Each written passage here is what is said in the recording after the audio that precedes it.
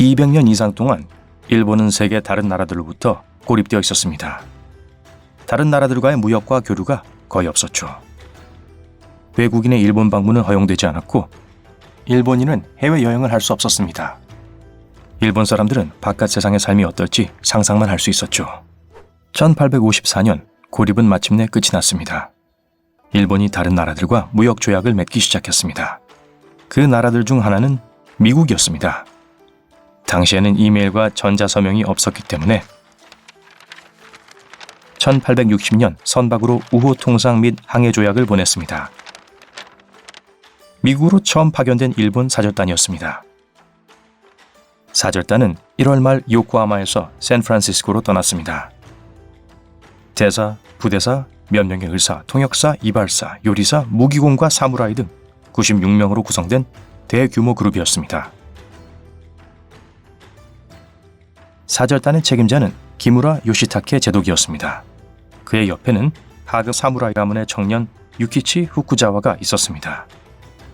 그는 세계 여행을 꿈꿨고 사절단에 자원하기로 했어요. 후쿠자와는 제독의 통역관으로 자원했고 임무에 합류하게 됐습니다. 일본에 가본 적이 있다면 후쿠자와의 얼굴을 본 적이 있을 거예요. 그의 얼굴이 만엔지페에 있거든요.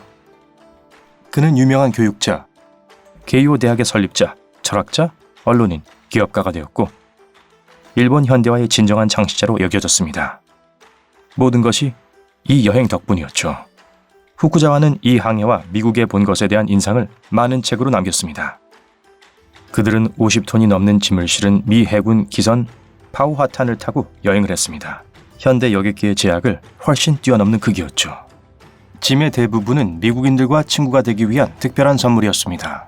일본 음식도 많이 짓고 있었는데 사절단이 집을 떠나서도 제대로 먹을 수 있을 만큼 충분한 양이었어요.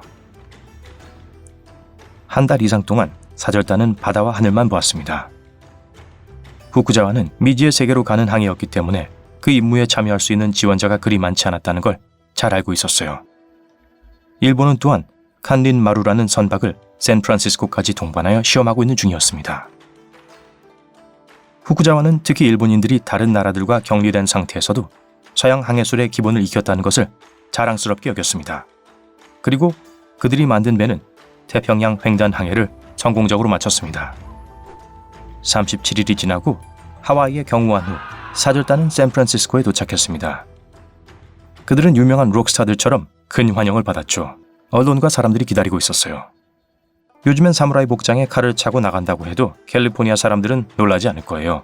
하지만 그 당시엔 진정한 센세이션이었습니다. 일본 대표단을 호텔로 데려가기 위해 마차들이 기다리고 있었습니다. 문제는 그들은 이전에 마차를 본 적이 없다는 것이었습니다. 그들은 어색하게 서서 문이 열릴 때까지 그저 쳐다보고만 있었어요. 말들이 움직이기 시작했을 때 대표단은 마차에 말이 연결되어 있다는 사실을 깨달았습니다. 그리고 그것이 미국 마차의 방식이라는 것도요. 호텔에 도착했을 때 그들은 새로운 놀라움에 직면했습니다.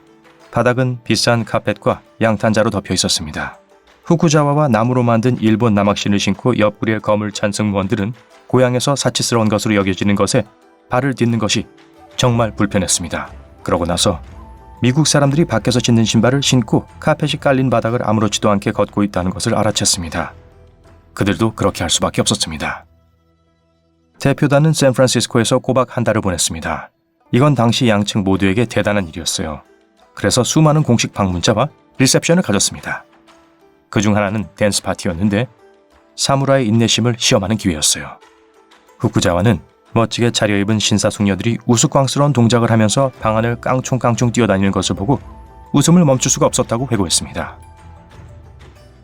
주최 측은 손님들에게 매우 친절했습니다.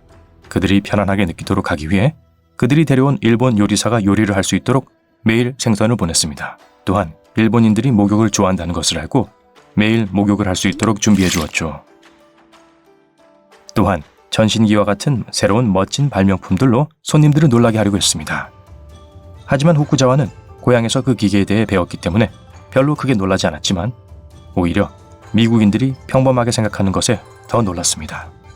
그는 캘리포니아에서 물가가 얼마나 비싼지를 알게 됐습니다. 지금도 비싸지만요.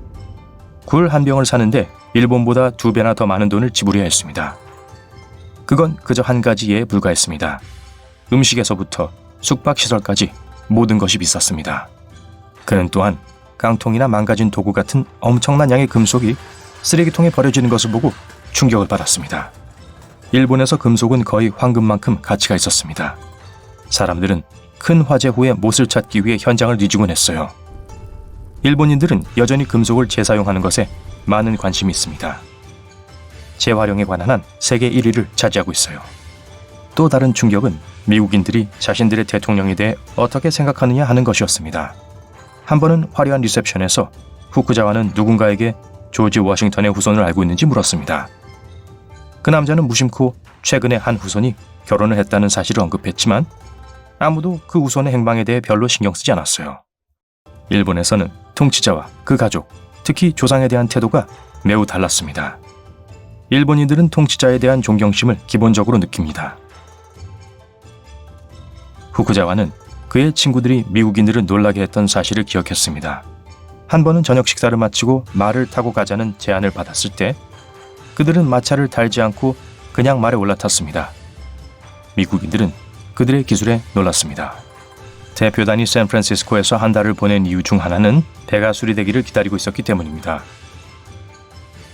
미국인들은 수리비를 받기를 거부했는데 이것은 손님에게 감사를 표하기 위한 제스처였습니다. 후쿠자와는 샌프란시스코에서 또 다른 중요한 기념품을 얻었습니다. 그것은 영중 웹스터 사전이었는데 그것은 그가 나중에 언어를 마스터해서 영일 사전을 만드는 데 도움이 됐습니다. 체류 중에 있었던 또 하나의 훌륭한 기억은 후쿠자와와 미국 소녀의 사진이었는데 그것은 나중에 그 여행에서 가장 유명한 사진 중 하나가 되었습니다. 파우하타는 동쪽으로 항해를 계속했습니다. 파나마를 잠시 들렀고 대표단은 최근에 개통된 파나마 철도를 타고 이동했습니다. 그곳에서 새 배를 타고 워싱턴 DC로 이동했습니다. 1860년 5월 말에 그곳에 도착했고 또다시 록스타처럼 환영을 받았습니다. 인터뷰, 리셉션, 의회 위원들과 장관들의 방문이 있었고 백악관에서 제임스 뷰캐넌 대통령과의 만찬이 있었습니다. 뉴욕타임스가 그 회의에 대해 썼듯이 대통령에 대한 일본어 연설의 일부는 많은 청중들에게 공개하기는 너무 사적인 것처럼 보였기 때문에 통역사가 전부 다 번역하진 않았습니다. 워싱턴에서 그들은 마침내 중요한 조약을 서명했습니다. 워싱턴 DC에서 3주 동안 지내면서 그들은 또한 평범한 관광을 즐겼습니다. 스미스소니언 연구소, 의회와 부서를 방문했어요. 관광과 조약 체결이 모두 끝나자 사절단은 북쪽 필라델피아로 이동했습니다. 그곳에서 3일을 보낸 후 이번 여행의 마지막 목적지인 뉴욕으로 여행했습니다. 그들은 모든 신문에 실렸고 왕족처럼 대접을 받았습니다. 그들이 도착하는 날에는 브로드웨이에서 유니언 스퀘어까지 그리고 숙소였던 메트로폴리탄 호텔까지 이어지는 성대한 퍼레이드가 있었습니다. 그들이 호텔에 머문 2주 동안 내내 300개의 깃발이 나부꼈습니다. 여기서 사무라이들은 VIP 미팅과 재밌는 리셉션을 계속했습니다. 모두 약 9천만 원 정도가 들었어요. 체류하는 동안 그들은 또 다른 신기한 경험을 했습니다. 사진관을 방문한 거죠. 그리고 오늘날처럼 그냥 걸어가거나 택시를 잡지 않았습니다. 사진 촬영 후 뉴욕 시장과 주지사와 함께 시청에서 또 다른 퍼레이드가 있었어요. 그들은 또한 방금 완공된 센트럴 파크를 방문했습니다. 공원의 디자이너를 만나 그곳에 나무를 심었습니다. 남은 기간 동안 대표단은 쇼핑을 하고 학교와 감옥, 박물관과 인쇄소, 고무공장과 다른 멋진 관광지를 방문했습니다. 6월 말에 그들은 또 다른 배에 올라타서 고향으로 돌아갔습니다. 도중에 루안다, 앙골라, 자카르타, 자바 그리고 홍콩에 멈췄기 때문에 11월이 되어서야 도쿄만에 도착했습니다. 이 대표단은 세계 일주를 한 최초의 일본 사절단이 되었습니다.